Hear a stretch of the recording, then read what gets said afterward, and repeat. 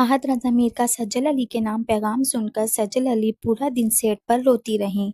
जैसा कि आप लोग सब जानते हैं कि सज्जल अली और आहत रज़ा मीर की मोहब्बत की शादी हुई थी।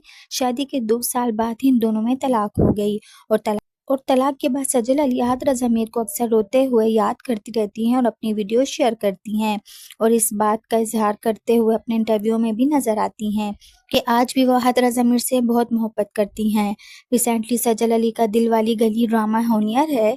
ड्रामे की शूटिंग के दौरान आहत रज़ा मीर का पैगाम जो सज्जल अली के नाम था ने सुन लिया तो सज्जल अली पूरा दिन लेट कर अपने मोहब्बत अपने एक्स हस्बैंड को याद करके रोती रहीं। वैसे भी ये बात कही जाती है कि मर्द हो या औरत अपनी पहली मोहब्बत को कभी भी भूल नहीं सकता।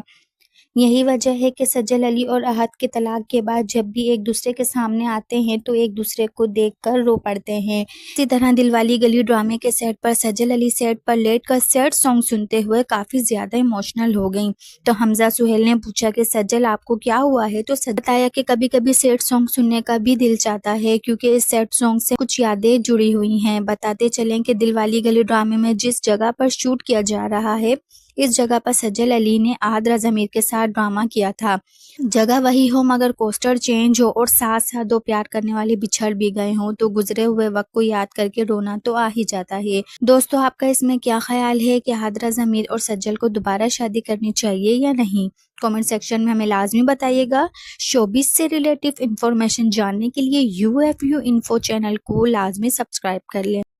मिलते हैं एक नई वीडियो के साथ। अपना ढेर सारा ख्याल रखिएगा। तब तक के लिए अल्लाह हाफिज़।